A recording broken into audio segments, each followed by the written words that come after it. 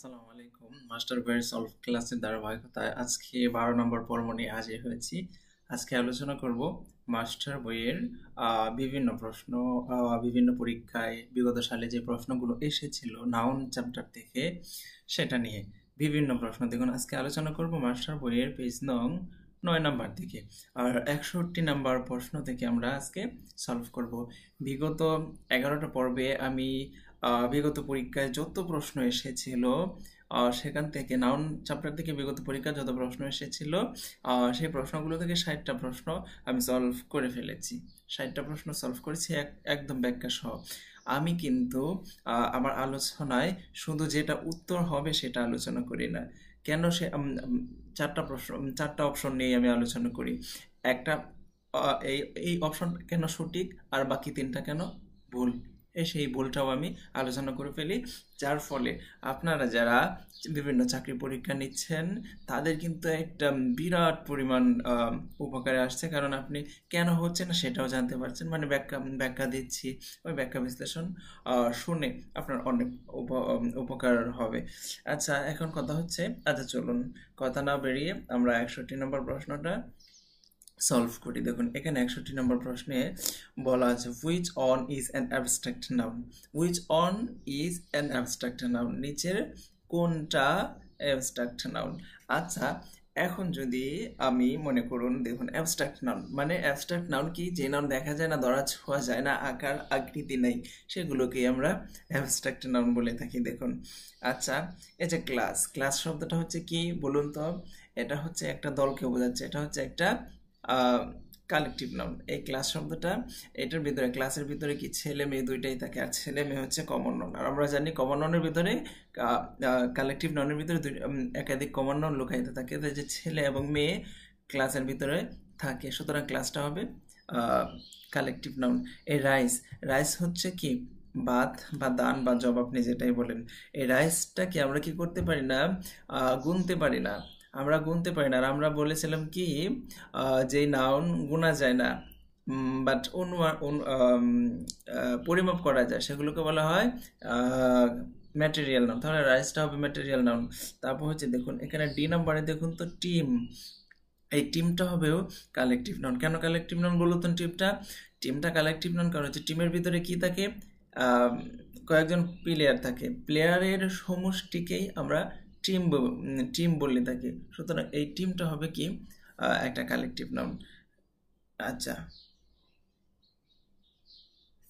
তারপর দেখুন, তাহলে আমরা তিনটা দেখলাম, একটাও অ্যাবস্ট্রাক্ট নাউন নয়, তাহলে সি নাম্বারটা হবে অ্যাবস্ট্রাক্ট নাউন। এখন সি নাম্বারের ব্যাখ্যায় আসুন। সি নাম্বার ইন্টেলিজেন্স, ইন্টেলিজেন্স অর্থ হচ্ছে কি বুদ্ধিমত্তা বা জ্ঞান। তাহলে বলুন, আমরা কি বুদ্ধিমত্তা বা জ্ঞান, এটা কি আকার আকৃতি আছে, আমরা ধরতে বা ছুঁইতে পারি? পারি না। এটা কি আমরা দেখতে পারি? না, আমরা দেখতে পারি না। বুদ্ধিমত্তাটাকে আমরা কি অনুভব করি। আর আমি বলেছিলাম যেসব নাউন দেখা যায় না, ধরা ছোঁয়া যায় না, আকার আকৃতি নেই, বাট অনুভব করা যায়, সেগুলোকে বলা হয় অ্যাবস্ট্রাক্ট নাউন। সুতরাং এখানে সি নাম্বার হবে উত্তর। ইন্টেলিজেন্স মানে কি বুদ্ধিমত্তা। তারপর দেখুন, আচ্ছা, আপনারা যারা আমার ভিডিওটা দেখছেন তাদেরকে ছোট একটা কথা বলি। এই যে আমি একটা প্রশ্ন সলভ করতে 1 মিনিট সময় নিয়ে নিই।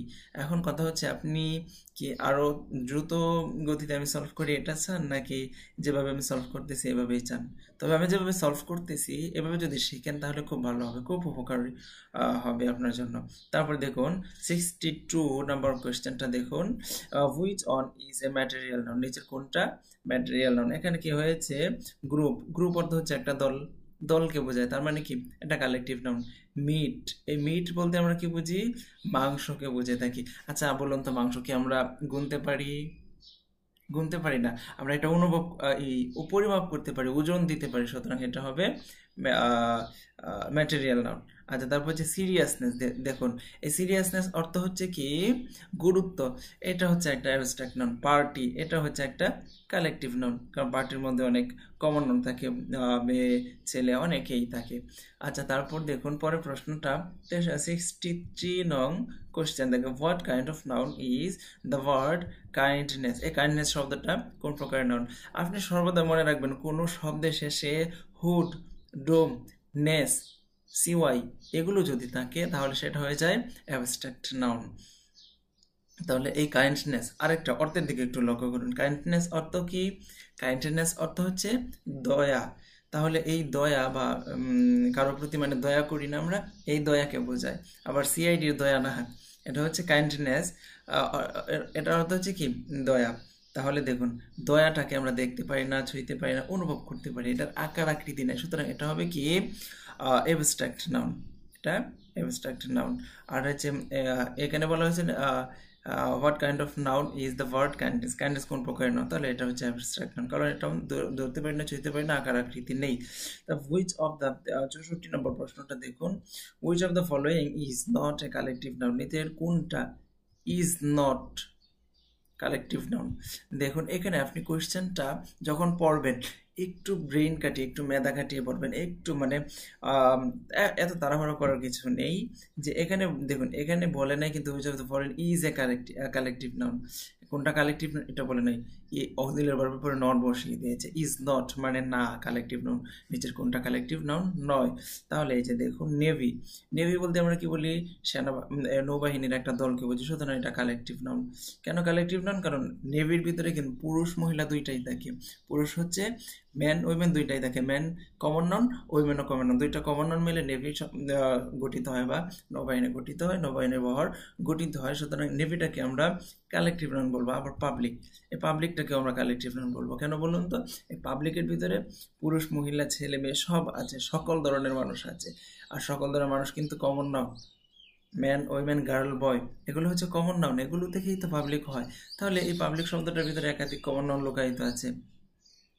আচ্ছা দেখুন এখানে লাভ, লাভ বলতে কি বুঝি আমরা? ভালোবাসা। আচ্ছা ভালোবাসা কি দেখার জিনিস? আকার আকৃতি আছে? নাই, এটা অ্যাবস্ট্রাক্ট নাউন, অনুভব করা যায়। এখানে বলা হচ্ছে অক্রেস্টা, অক্রেস্টা অর্থ হচ্ছে কি? বাদক দল, মানে যারা বাদ্য বাজায়, এটার অর্থই হচ্ছে বাদক দল, মানে কতগুলো কমন নাউনের সমষ্টি। সুতরাং এটাকে আমরা কি বলবো? এই কালেকটিভ নাউন। উত্তর হিসেবে আমরা হ্যাঁ হ্যাঁ সরি, এখানে তো বলা হয়েছে কালেকটিভ নাউন নয়, তাহলে আমরা দেখতে পাচ্ছি এ বি এবং ডি এই তিনটা হচ্ছে কালেকটিভ নাউন। এই যে এই সি নাম্বারটা হচ্ছে কি? সি নাম্বারটা হচ্ছে অ্যাবস্ট্রাক্ট নাউন। সুতরাং উত্তর হিসেবে আমরা এখানে সি গ্রহণ করবো, কারণ বলা হয়েছে কোনটা কালেকটিভ নাউন নয়। তারপর 65 নম্বর প্রশ্নটার দিকে লক্ষ্য করুন, which of the following is not a collective noun. আবার বলা হয়েছে is not a collective noun, collective noun না। এখানে দেখুন ক্লাস অর্থ হচ্ছে কি? দল বা ছাত্রদের, ছেলে মেয়ে ছাত্র ছাত্রীর একটা দলকে আমরা ক্লাস বলি। ছেলে মেয়ে আর ছাত্র এবং ছাত্রী তারা কি?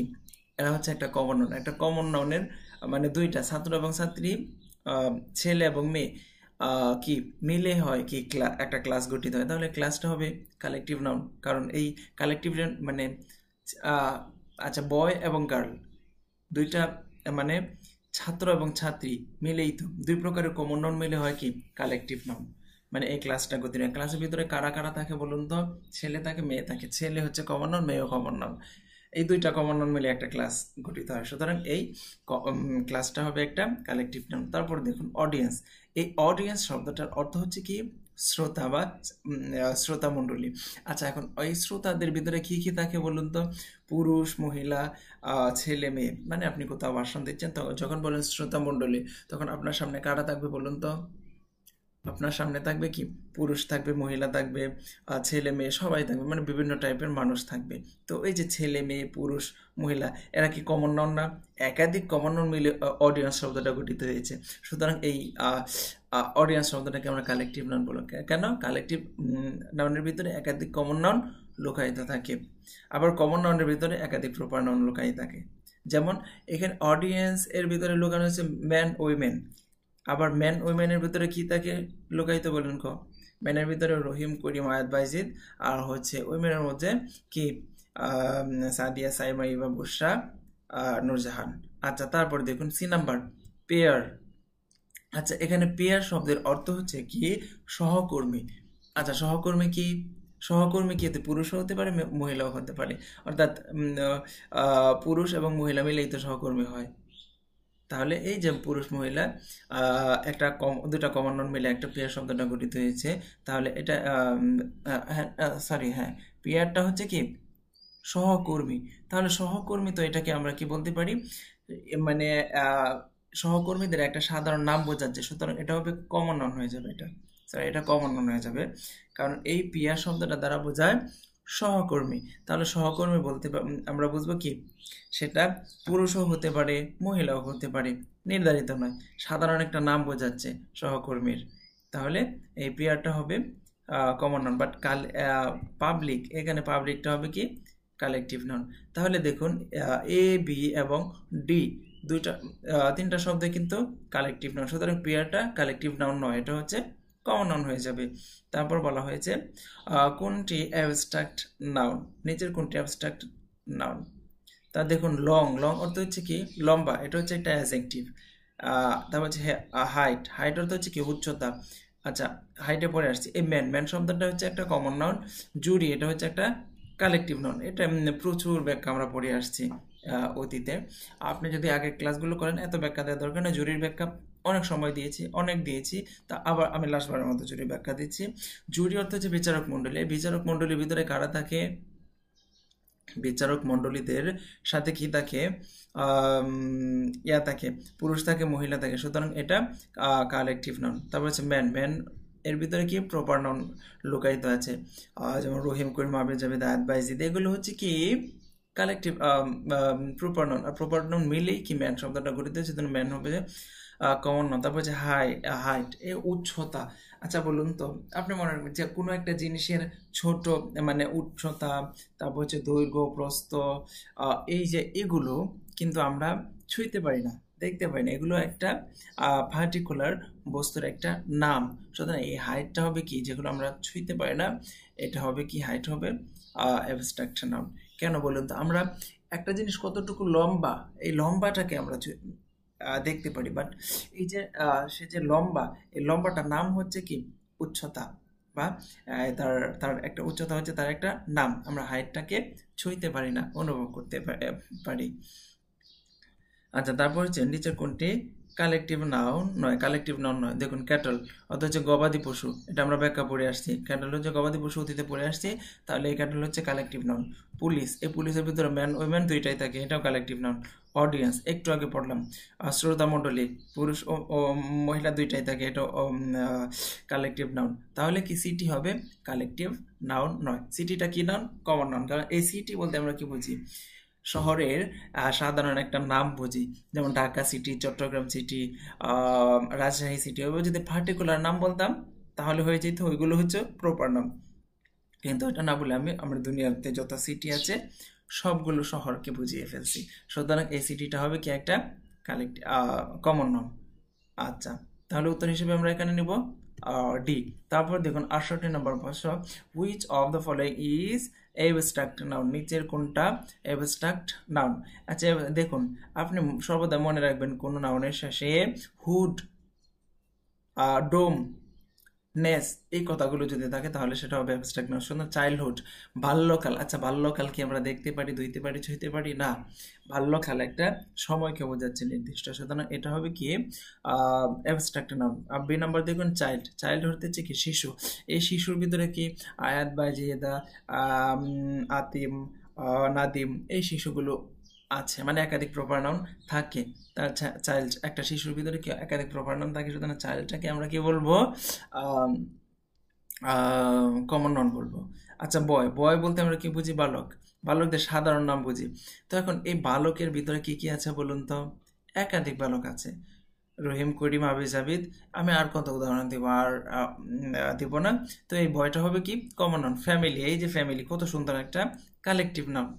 দেখুন এই কালেকটিভ নাউন, ফ্যামিলির ভিতরে কয় প্রকারের কমন নাউন থাকে, ম্যান, উইমেন, গার্ল, বয়, চারটা কমন নাউন মিলে একটা ফ্যামিলি তৈরি হয়, সুতরাং এই ফ্যামিলিটা হবে কি কালেকটিভ নাউন। আচ্ছা, তারপর দেখুন 69 নম্বরে বলা হয়েছে কি, which on of the following is not a collective noun. এখানে বুঝবো আমরা যেটা কালেকটিভ নাউন নয়, কালেকটিভ নাউন নয়, সেটা আমরা খুঁজে বের করব। আচ্ছা, তারপর দেখুন এখানে ডি নাম্বারটা দেখুন তো, ক্রো অর্থ হচ্ছে কি নাবিক দল, ক্রো অর্থ হচ্ছে কি নাবিক দল। এই শোল, আচ্ছা, এই নাবিক দলটা কি হবে? একটা কালেকটিভ নাউন হবে, কারণ এটার ভিতরে একাধিক কমন নাউন লুকায়িত আছে। তারপর হচ্ছে শোল। শোল অর্থ হচ্ছে কি দল বা একটা গ্রুপ, তাহলে এটা হচ্ছে একটা কালেকটিভ নাউন। এই ফ্লিট অর্থ হচ্ছে কি রণতরীর বহর। রণতরীর বহরে কি থাকে? পুরুষ মহিলা দুইটাই থাকে, সুতরাং এটাকে আমরা কালেকটিভ নাউন বলবো।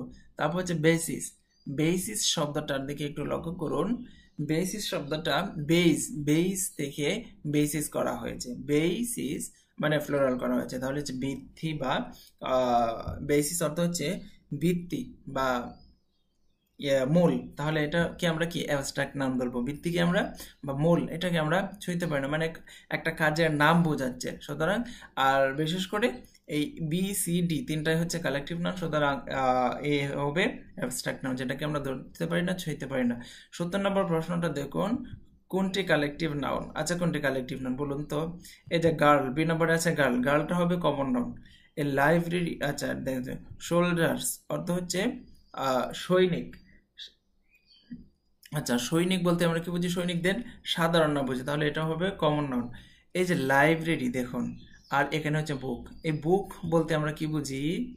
দেখুন তো, এই বুকটা হয়ে যাবে কি এখানে কমন নাউন। বুকটা হবে কমন নাউন। মনে রাখবেন বুক কি কমন নাউন, কারণ বুক বলতে আমরা দুনিয়ার সাধারণত যত বই আছে সব বই বলি, পার্টিকুলার কোনো বই এখানে বোঝানো হয় নাই। কিন্তু এই লাইব্রেরি দেখুন, বইয়ের সমাহার। এই লাইব্রেরি বলতে কি আমরা বুঝি? কয়েকটা বইয়ের সমাহারকে বুঝি, সুতরাং এই সি নাম্বারটা হবে কি কালেকটিভ নাউন। সি নাম্বারটা কালেকটিভ নাউন। কেন বললো তো লাইব্রেরি শব্দটা কালেকটিভ নাউন? কেন বলুন? লাইব্রেরির ভিতরে একাধিক বই লুকায়িত আছে। লাইব্রেরি বলতে আমরা কতগুলো বইয়ের সমষ্টিকে বুঝি, দুনিয়ার সকল বইকে বুঝি না। কিন্তু বুক যখন বলি সকল বইকে বুঝি। একটা ধারাবাহিকতা মনে রাখবেন, যেমন গীতাঞ্জলি একটা বই, তারপর হচ্ছে অগ্নিবীণা এটা একটা বই, তারপর হচ্ছে রাহিকুল মাকথুম এটা একটা বই। এই যে পার্টিকুলার এক একটা বইয়ের নাম বললাম, এগুলো হবে প্রপার নাউন। আবার দেখুন, এই পার্টিকুলার বইয়ের থেকে একটা কমন নাউন হয়েছে, যদি আমি বলি বুক অথবা বুকস, তাহলে সেটা হয়ে যাবে কমন নাউন, কারণ এই বুকস শব্দটার ভিতরে একাধিক বই, গীতাঞ্জলি বলেন, অগ্নিবীণা বলেন, সবগুলো বই লুকায়িত আছে। সুতরাং ওই বইগুলো হবে কি প্রপার নাউন, আর বুক হবে কমন নাউন। আবার যদি আমি বলি লাইব্রেরি, তাহলে লাইব্রেরি হবে কালেকটিভ নাউন, কারণ এই লাইব্রেরির ভিতরে আবার অনেক মানে বই লুকায়িত আছে। বই শব্দটা লুকায়িত আছে, অনেকগুলো বই মিলে একটা লাইব্রেরি হয়। আচ্ছা, তারপর 71 নম্বর প্রশ্নটা দেখুন, কোনটি কমন নাউন? এই সুন্দর চমৎকার একটা প্রশ্ন দেখুন, কমন নাউন খুঁজতে বলছে। এখানে আমরা জানি ক্লাস শব্দটা কি কালেকটিভ নাউন, জুট শব্দটা হচ্ছে পাট বা অন্য কিছু, মানে ওই হ্যাঁ জুট বলতে পাটকে বোঝায়, তা পাটকে আমরা গণনা করতে পারি না, এটা কি কি আমরা কি করি? আমরা ওজন করি, তাহলে এটা একটা ম্যাটেরিয়াল নাউন। এখন হচ্ছে আসুন মাউথ এবং মার্চ। এ নাম্বারে আছে মার্চ, বি নাম্বারে আছে কি মাউথ। আপনি মাউথ অর্থ হচ্ছে মুখ। আপনি মনে রাখবেন আপনার শরীরের অঙ্গ প্রত্যঙ্গে যত কিছু আছে, শরীরের অঙ্গ প্রত্যঙ্গ যত সব অঙ্গ প্রত্যঙ্গ আছে, সবগুলো অঙ্গ প্রত্যঙ্গকে আমরা কি বলি? আমরা প্রপার নাউন বলবো। যেমন চোখ, নাক, ঠোঁট, গলা, হাত, পা, চুল, সবগুলো কি প্রপার নাউন। আচ্ছা, তারপরে দেখুন এখানে বলা হয়েছে মার্চ, এখানে বলা হয়েছে কি মার্চ। এখানে দেখুন এই মার্চ শব্দটা দ্বারা কি বুঝাইছে বলুন তো?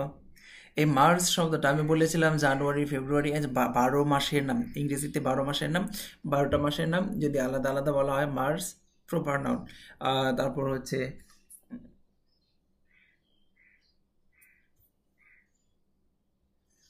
আপনি সর্বদাই মনে রাখবেন, মানে ইংরেজিতে যে 12টা মাসের নাম আছে, এই 12টা মাসের নামকে আমরা কি বলবো?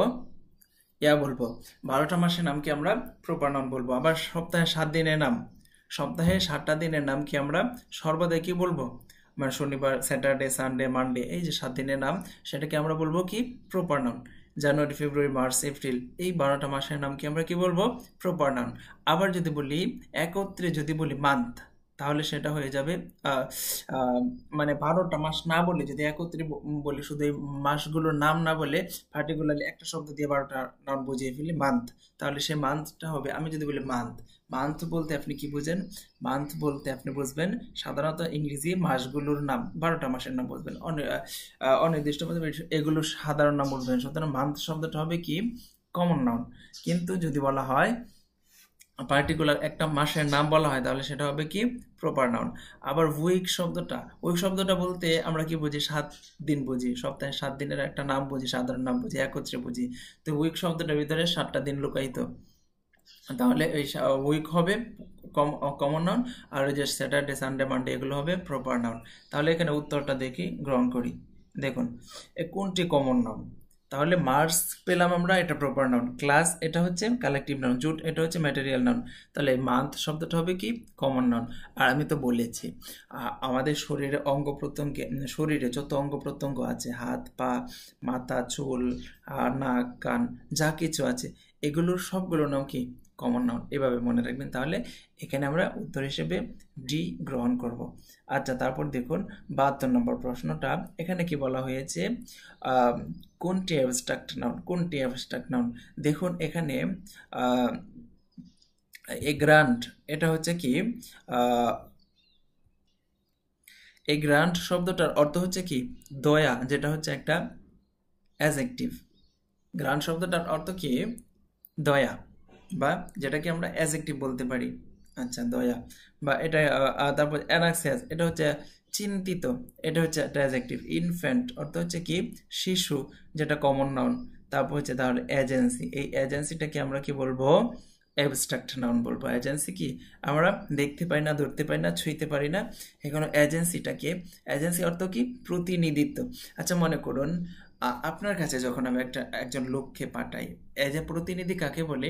যে দুইজন লোকের মাঝে সমঝোতা করে, বার্তা বিনিময় করে। আচ্ছা, এজেন্সি তো আর তাকে বলা হয়, যে দুইজন লোকের মাঝে সমঝোতা করে তাকে বলা হয় এজেন্ট। তাহলে এজেন্ট অর্থ হচ্ছে কি প্রতিনিধি। তো আমরা প্রতিনিধিকে দেখতে পাই, কিন্তু সে যে কাজটা করে তার কাজের নাম হচ্ছে কি প্রতিনিধিত্ব, মানে এজেন্সি। এই এজেন্সিটাকে আমরা দেখতে পাই না, সুতরাং এই এজেন্সিটা হবে কি অ্যাবস্ট্রাক্ট নাউন। এভাবে দেখুন ক্লাসটা আমারই মনোযোগ হারিয়ে গেছে ক্লাসের প্রতি, কারণ ক্লাসটা অনেক লম্বা হয়ে গেছে, প্রায় 22 মিনিট হয়ে গেছে, 23 মিনিট হয়ে গেছে। তাই আর আমি আর লম্বা করব না। এখন কথা হচ্ছে, আপনারা যারা এই মাস্টার বই সলভ করতে পারেন না, আটকে যান, তাদেরকে আমি এই মাস্টার বইটা সলভ করাচ্ছি।